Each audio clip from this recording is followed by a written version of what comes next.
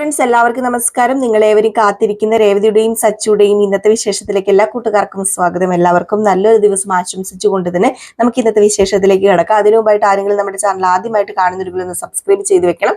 അതിനോടൊപ്പം മാക്സിമം എല്ലാവരും ഒരു ലൈക്ക് അടിച്ചിട്ട് വീഡിയോ കാണാൻ വേണ്ടി ശ്രദ്ധിക്കണേ.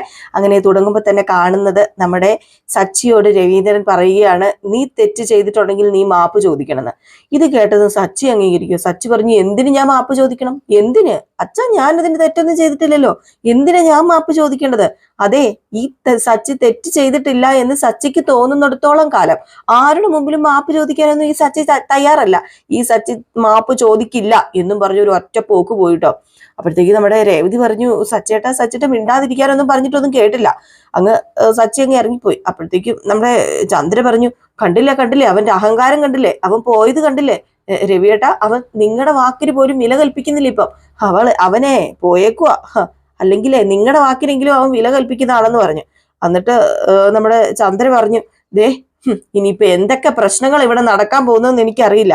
അപ്പോഴത്തേക്കും പെട്ടെന്ന് രവീന്ദ്രൻ പറഞ്ഞു വർഷയോട്, അമ്മയോട്, അതെ അവൻ അങ്ങനെയാ, മുമ്പും പിൻപൊന്നും നോക്കാതെ അവൻ സംസാരിക്കുന്നത്, അവൻ അങ്ങനെയാ, ഇനി അങ്ങനെ അവന്റെ ഭാഗത്തുനിന്ന് ഉണ്ടാകില്ല എന്ന് ഞങ്ങൾ വാക്ക് തരാം എന്ന് പറഞ്ഞപ്പം ചന്ദ്രൻ പറഞ്ഞു, ആ അതെ ഞങ്ങൾ വാക്ക് തരാം മഹിമേ.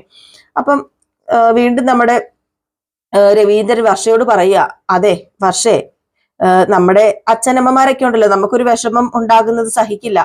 പിന്നെ ഇനി എന്തെങ്കിലും നീ വിളിച്ചു പറയണമെന്നുണ്ടെങ്കിൽ അത് വ്യക്തമായിട്ട് നീ പറയണം. അത് പിന്നെ അങ്കിളെ, ശരി അങ്കിളെ, എനിക്ക് പറ്റിപ്പോയൊരു അബദ്ധമാ. എങ്കിൽ പിന്നെ നീ അമ്മേനെ അകത്തേക്ക് വിളിച്ചോണ്ട് പോ. ഒരിക്കലും ഇനി മാതാപിതാക്കളെ സങ്കടപ്പെടുത്തുന്ന രീതിയിലുള്ള സംസാരങ്ങൾ അങ്ങോട്ടും ഇങ്ങോട്ടും വിളിച്ച് പറയാതിരിക്കുക, അത്രേ ഉള്ളൂ എന്നിങ്ങനെ പറഞ്ഞു. അപ്പോഴത്തേക്ക് നമ്മുടെ വർഷ അമ്മേനെ കൂട്ടിക്കൊണ്ട് അകത്ത് പോയിട്ടോ. ഏതായാലും രേവതി ഭയങ്കര സങ്കടത്തോടു കൂടി തന്നെ അകത്ത് കയറി പോയേക്കുന്നത്. അപ്പോഴത്തേക്കും നമ്മുടെ ചന്ദ്രഭാവു, എന്റെ ദൈവമേ, ആശ്വാസമായി. എത്ര പെട്ടെന്ന് ഒരു വഴക്ക് മാറിയത്, ഞാൻ ഓർത്തു ഇന്നെല്ലാം തീർന്നെന്ന്. ഏതായാലും ഇത് കഴിഞ്ഞ് നമ്മുടെ സച്ചിനെ കാണിക്കുക. സച്ചിയാണെങ്കിൽ മനസ്സിന് സമാധാനം ഇല്ലാതെ കൂട്ടുകാരനോട് പോയി എല്ലാം പറഞ്ഞു. അപ്പൊ കൂട്ടുകാരൻ പറഞ്ഞു, എടാ വിടടാ, നീ ആ കാര്യം വിട്. ഞാൻ അവരെ രണ്ടുപേരും വീട്ടിൽ കയറ്റരുതെന്ന് പറഞ്ഞപ്പോ ആരും അത് കേറ്റില്ല. അവര് കാരണമാ എന്റെ അച്ഛൻ ഹാളിൽ കിടക്കുന്നത്, നിനക്കറിയാമോ? ആരോടും പറയാതെ അവര് രണ്ടുപേരും ടെറസിൽ പോയി കിടന്നതിന് എന്റെ അച്ഛൻ എന്താ പഴിച്ചത്? അവളുടെ അമ്മ പറയുന്നതെല്ലാം കേട്ട് ഞാൻ കൈ കെട്ടി നിൽക്കണോ? അത് പിന്നെ അവള് തെറ്റിദ്ധരിച്ചതല്ലേ, പോട്ടെ, സാരമില്ല. നീ അതിനെക്കുറിച്ച് ഓർത്ത് സങ്കടപ്പെടാതെ. പിന്നെ ഏതും വിളിച്ചു പറയാൻ ഞാൻ എന്താ ആ വീട്ടിലെ പട്ടിയോ? പറ്റില്ല. ക്ഷമ ചോദിക്കാൻ എനിക്ക് പറ്റില്ല. അല്ല, നീ ക്ഷമ ചോദിച്ചോ? ഹേയ്, ഞാൻ ക്ഷമയൊന്നും ചോദിച്ചില്ല. ക്ഷമ ചോദിക്കാൻ മാത്രം ഞാൻ തെറ്റൊന്നും പറഞ്ഞില്ലല്ലോ. അവർക്ക് കുറച്ചും കൂടി കൊടുക്കണമായിരുന്നു. അച്ഛൻ പറഞ്ഞു ചുമ്മാതെ ഇരിക്കുന്ന കേൾക്കാതിരിക്കാൻ പറ്റുമോ? എടാ നീ അത് വിട്. നീ അതോർത്ത് ചുമ്മാ ടെൻഷൻ അടിച്ചിരിക്കാതെ. ഓട്ടോ ഉള്ളതല്ലേ, ഓട്ടോ ഒക്കെ പോണ്ടേ. അത് പിന്നെ അവര് പറഞ്ഞൊന്നും മനസ്സിൽ നിന്ന് പോകുന്നില്ല. ശ്രീകാന്തിന്റെ ഭാര്യയെ കുറച്ച് ഓവറാ. അവൾ കാരണം വീട്ടിൽ എന്തൊക്കെ പ്രശ്നങ്ങൾ നടക്കാൻ പോകുന്നതെന്ന് അറിയില്ല. എടാ അവള് വീട്ടിൽ വന്ന് കേറിയതല്ലേ ഉള്ളൂ, പോകെ ശരിയായിക്കോളും. ഇല്ലടാ, അവൾ ഒരിക്കലും ശരിയാവില്ലടാ. അവളുണ്ടല്ലോ ഒരു മറ്റവളാ. അവളെ കുറിച്ച് പറയാനാണ് ഒരുപാടുണ്ട് എന്ന് പറഞ്ഞു. അപ്പോഴത്തേക്കും മഹേഷ് പറഞ്ഞു, നീ ഇങ്ങനെ ടെൻഷൻ ആവാതെ നീ സമാധാനമായിട്ടിരിക്കുക. അത് പിന്നെ മഹേഷ് ടെൻഷൻ ആകാതിരിക്കുന്ന എങ്ങനെ? നമുക്ക് ഒരു സ്ഥലം വരെ പോയിട്ട് വന്നാലോ? എന്തു പറ്റി? ഇനി അവളുടെ അമ്മേനെ പോയി അടിക്കാനാണോ? അച്ഛനെ അടിച്ചാൽ കുഴപ്പമില്ല, അമ്മേനെ അടിച്ചു കഴിഞ്ഞിട്ടുണ്ടെങ്കിൽ അത് വലിയ പ്രശ്നമാവേ. അടിക്കാനും പിടിക്കാനും ഒന്നും അല്ലടാ, എനിക്കൊരു സ്ഥലം വരെ പോണം. നീ കേറ്. എടാ എവിടെയാണെന്ന് പറയടാ, പറഞ്ഞാലേ നീ വരത്തുള്ളോ, നീ കേറ എന്ന് പറഞ്ഞ് മഹേഷിനെ പേടിപ്പിച്ച് വണ്ടി കയറ്റിട്ടോ. ഏതായാലും വേറൊരാളാണ് ഡ്രൈവറായിട്ട് വണ്ടിയിലുള്ളത്. ഇവര് രണ്ടുപേരും പുറകിലിരുന്ന് പോകുന്ന സീനാ പിന്നെ കാണിക്കുന്നത്. നമ്മുടെ സച്ചി മഹേഷും വേറൊരാള് വണ്ടി ഓടിക്കുക. അപ്പൊ നമ്മുടെ മഹേഷ് ചോദിക്കുക, എടാ ഇനിയെങ്കിലും പറയണ സച്ചി, എവിടേക്കാ പോകുന്നത്? എനിക്ക് മനസ്സിലാവുന്നില്ല, അതുകൊണ്ട് ചോദിക്കുക. അപ്പോഴത്തേക്കും ഡ്രൈവർ പറഞ്ഞു, അതെ ഞാൻ പറയാം, ബാറിലേക്കാ പോകുന്നത്. അത് ശരി, കൊള്ളാം. എടാ ഈ സന്തോഷം നീ നേരത്തെ പറയുമായിരുന്നെങ്കിൽ എനിക്ക് കുറച്ചുകൂടെ സന്തോഷം ആവില്ലായിരുന്നോ? തിരിച്ചു വരുമ്പോൾ വണ്ടി എടുക്കാൻ പറ്റിയില്ലെന്ന് കരുതിയാലേ നീ സ്വന്തം വണ്ടി എടുക്കാത്തത്? എടാ ഞാൻ എന്താ പറയാ, വീട്ടിലെല്ലാവരും എന്തോ ഞാൻ വലിയ തെറ്റു ചെയ്ത പോലെയാ എന്നോടെല്ലാവരും പെരുമാറുന്നത്. ഞാൻ ക്ഷമ ചോദിക്കണം പോലും എന്റെ മനസ്സിൽ നിന്ന് അത് പോകുന്നില്ലടാ, അത് മാറ്റിവെക്കാൻ പറ്റുന്നില്ല. എടാ സച്ചി, നീ അതൊന്നും ഓർക്കാതെ നീ കുറച്ചു നേരം കണ്ണടച്ചിരിക്കും. അപ്പോഴത്തേക്കും അപ്പോഴേക്കും ബാർ എത്തും. നീയേ കണ്ണടച്ചാലേ നിനക്ക് സമാധാനം കിട്ടത്തുള്ളൂ എന്ന് പറഞ്ഞു. ഏതായാലും നമ്മുടെ സച്ചി, ഇന്നത്തെ കാലത്ത് തെറ്റ് ചെയ്തവർക്ക് ഒന്നും സംഭവിക്കുന്നില്ല. ചെയ്തവരാ ഇവിടെ വെറുതെ നടക്കുന്നത്, തെറ്റ് ചെയ്യാത്തവരാ കുറ്റക്കാര്. എടാ വീണ്ടും തുടങ്ങിയോ?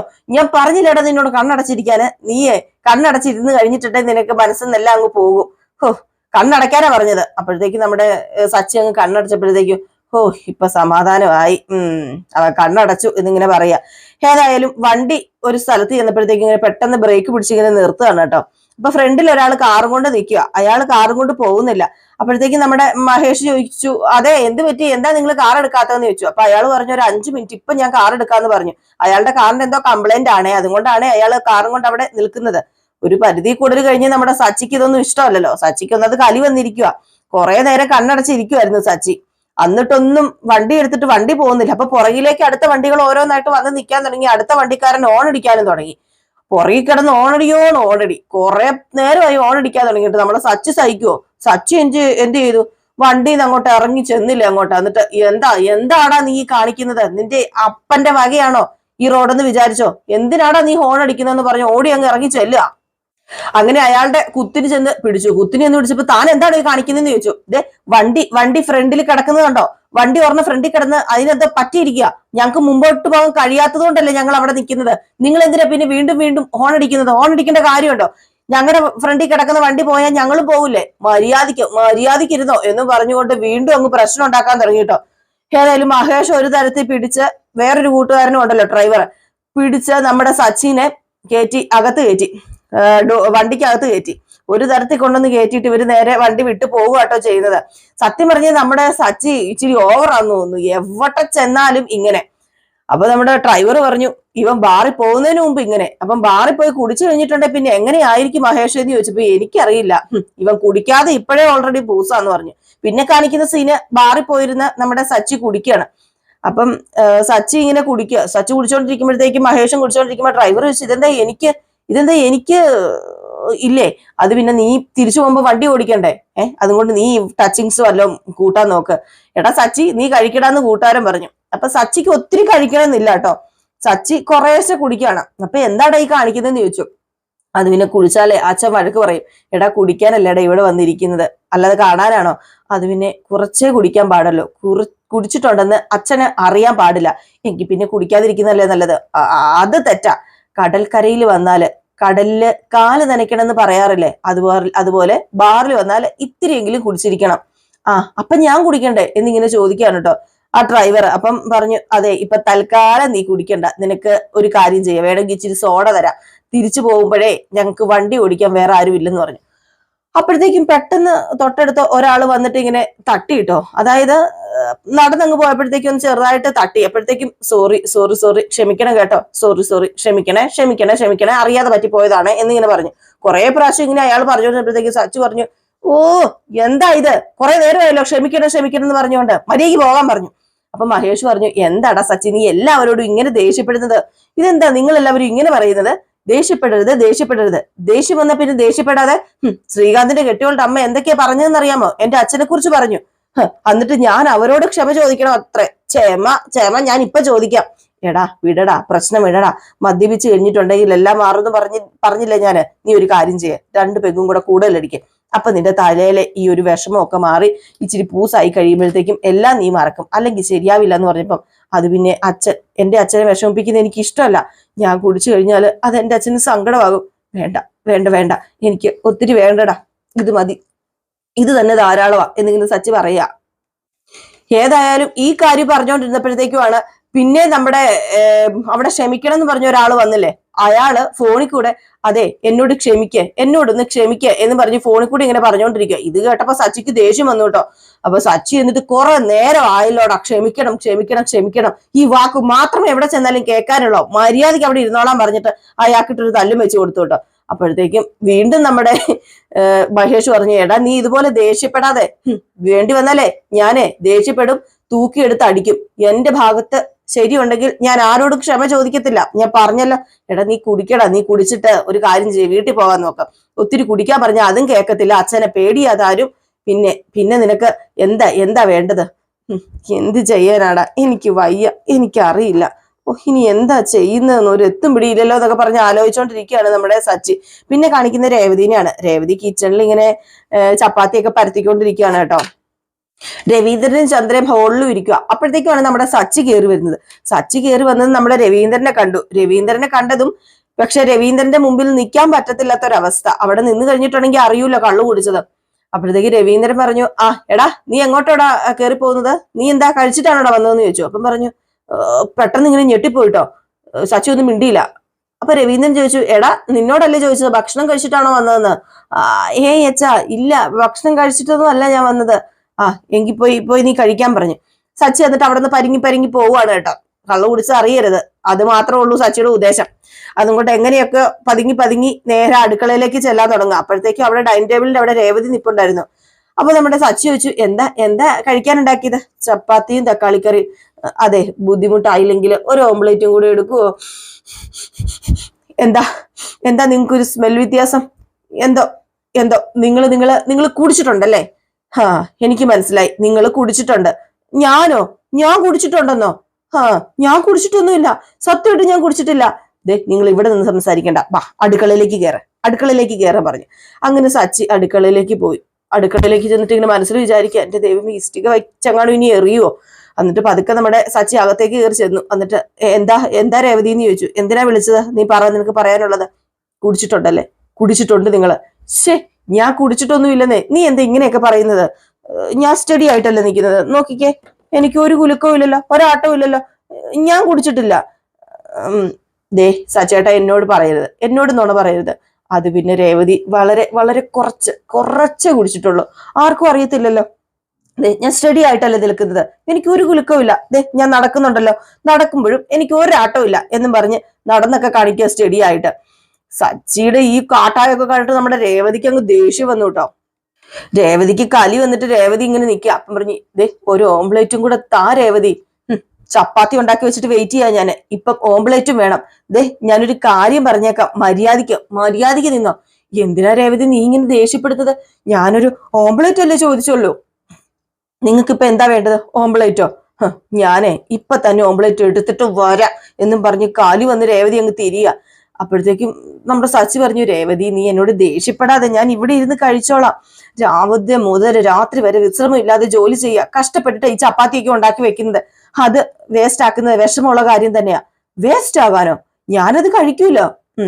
നിങ്ങൾ കഴിക്കും. അതെ, ഓംപ്ലേറ്റ് കഴിച്ചാൽ 2 ചപ്പാത്തി കുറച്ചല്ലേ കഴിക്കത്തുള്ളൂ. നീ വിഷമിക്കേണ്ടെന്നേ, ഞാന് എപ്പോഴും കഴിക്കുന്നത് പോലെ തന്നെ കഴിക്കും, വേസ്റ്റ് ആക്കുകയില്ല. എനിക്ക് പക്ഷേ 2 ഓംപ്ലേറ്റ് വേണം.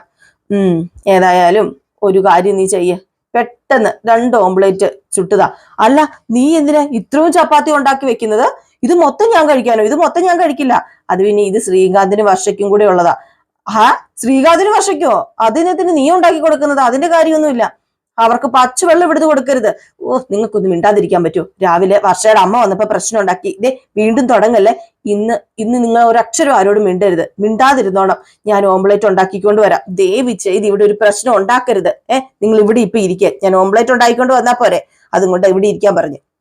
അപ്പൊ നമ്മുടെ സച്ചി പറഞ്ഞു, രേവതി നീ എന്നെ ഇപ്പൊ കൂടെ വരട്ടുന്നുണ്ട്, അതത്രയ്ക്ക് ശരിയല്ല എന്ന് പറഞ്ഞപ്പോഴത്തേക്കും ചട്ടുകുമായിട്ട് പെട്ടെന്ന് അങ്ങ് തിരിഞ്ഞു. അപ്പോഴത്തേക്ക് ചട്ടകം കണ്ടത് നമ്മുടെ സച്ചി ഞെട്ടിപ്പോയി.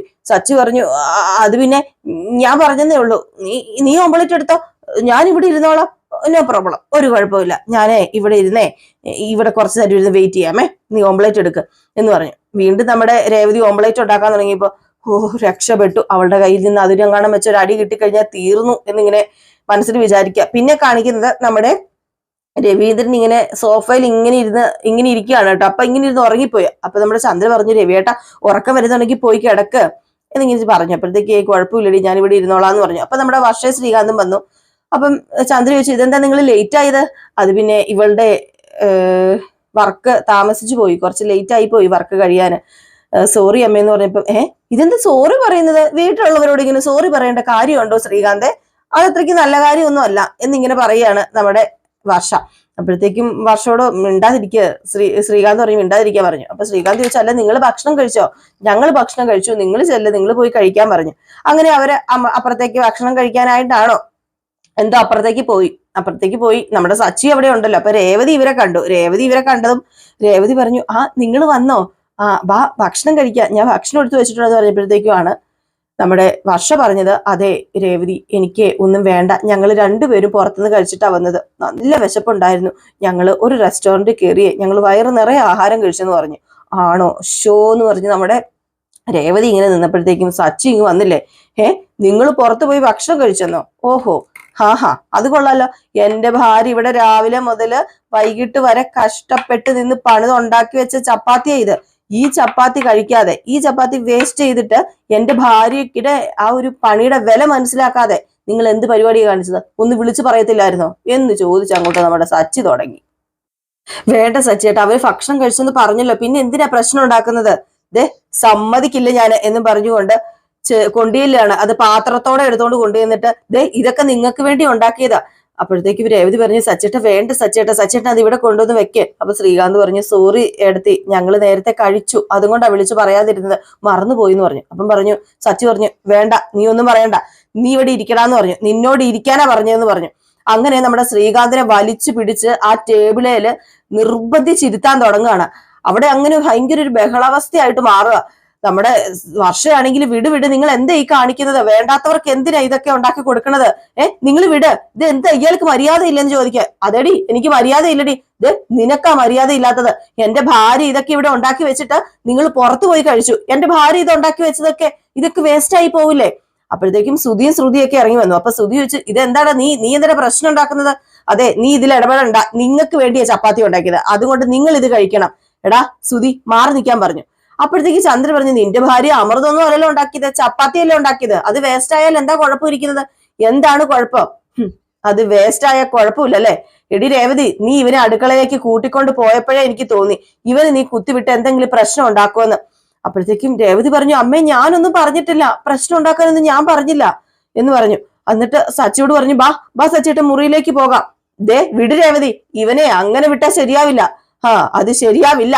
അപ്പം ശ്രുതി പറഞ്ഞു, അവര് പുറത്തു പോയി ഭക്ഷണം കഴിച്ചതാണോ അത്രയും വലിയ പ്രശ്നം? അവര് പുറത്തു പോയി ഭക്ഷണം കഴിച്ചത് വലിയ പ്രശ്നമായിട്ടൊന്നും എനിക്ക് തോന്നുന്നില്ല എന്ന് പറഞ്ഞപ്പം സച്ചി പറഞ്ഞു, നീ രാവിലെ മുതൽ വൈകിട്ട് വരെ അടുക്കള കയറി വന്ന് പണിത് നോക്ക്, അപ്പൊ നിനക്ക് അതിന്റെ ബുദ്ധിമുട്ട് അറിയാന്ന് പറഞ്ഞു. അപ്പൊ ശ്രീകാന്ത് പറഞ്ഞു, എന്റെ ഏടത്തിയോട് വിളിച്ചു പറയാത്തത് തെറ്റ് തന്നെയാ, ഇനി ഞാൻ വിളിച്ചു പറഞ്ഞോളാം, ബാ വർഷ പോകാന്ന് പറഞ്ഞപ്പോഴത്തേക്കും സച്ചി പറഞ്ഞു, അങ്ങനെ അങ്ങ് രക്ഷപ്പെട്ട് പോയാലോ എന്ന് പറഞ്ഞു വീണ്ടും അങ്ങ് വലിച്ചു പിടിച്ച് നമ്മുടെ ശ്രീകാന്തിനെ ആ ടേബിളിൽ ഇരുത്താൻ ശ്രമിക്കുകയാണ് നിർബന്ധപൂർവ്വം. സത്യം പറഞ്ഞാൽ അത് കാണുമ്പോൾ നമുക്ക് ദേഷ്യം വരും കേട്ടോ. കാരണം എന്തിനാണ് വെറുതെ ഇങ്ങനെ സച്ചി പ്രശ്നം ഉണ്ടാക്കണമെന്ന് തോന്നിപ്പോ, സച്ചി കുറച്ച് ഓവർ അല്ലേ എന്ന് തോന്നിപ്പോ. അങ്ങനെ അവിടെ മൊത്തം ബഹളം ആയപ്പോഴത്തേക്കും നമ്മുടെ രവീന്ദ്രൻ വന്നിട്ട്, എന്താണ് ഇവിടെ പ്രശ്നം, എന്താ പ്രശ്നം ഉണ്ടാക്കുന്നത്? അത് പിന്നെ ഇവൻ ഈ ഭക്ഷണം കഴിച്ചേ പറ്റൂ, ഇവനെ കൊണ്ട് ഞാൻ ഇത് കഴിപ്പിക്കും എന്നും പറഞ്ഞ് വീണ്ടും അവിടെ നിർബന്ധിച്ച് അവിടെ പിടിച്ച് ഇരുത്തിപ്പിക്കുക. അപ്പോഴത്തേക്കും നമ്മുടെ വർഷ പറഞ്ഞു, നിങ്ങൾ എന്താ കാണിക്കുന്നത്? സ്റ്റോപ്പ് ഇറ്റ്, നിർത്തിക്കോ, ഇവിടം കൊണ്ട് അവസാനിപ്പിച്ചോ, കുറെ നേരമായല്ലോ നിങ്ങൾ തുടങ്ങിയിട്ടെന്ന് പറഞ്ഞു. വയലന്റ് ആയിട്ട് തന്നെയാണ് നമ്മുടെ വർഷ സംസാരിച്ചത്. ആരാണെങ്കിലും സംസാരിച്ചു പോകും കേട്ടോ. ഞാൻ വർഷയുടെ കൂടെ തന്നെയാണ്. എന്ത് തെമ്മാടിത്തരോ നമ്മുടെ സച്ചി കാണിക്കുന്നത് നമുക്ക് തോന്നിപ്പോവും സത്യമായിട്ടും. അതുപോലെ വേണ്ടാന്ന് പറയുന്ന ഒരാളെ കൊണ്ട് നിർബന്ധിച്ച് ആ ഭക്ഷണം തീറ്റിക്കാന്നൊക്കെ പറഞ്ഞു കഴിഞ്ഞിട്ടുണ്ടെങ്കിൽ അതൊക്കെ വലിയ മഹാഭാവം തന്നെയാണ്. ഏതായാലും ഈ ഒരു സീൻ കാണിച്ചിട്ടൊക്കെ കേട്ടോ ഇന്നത്തെ വിശേഷം അവസാനിക്കുന്നത്. അപ്പൊ എല്ലാവരും കാത്തിരിക്കുക, അടുത്ത വിശേഷവുമായിട്ട് വരാം. Tata, bye bye.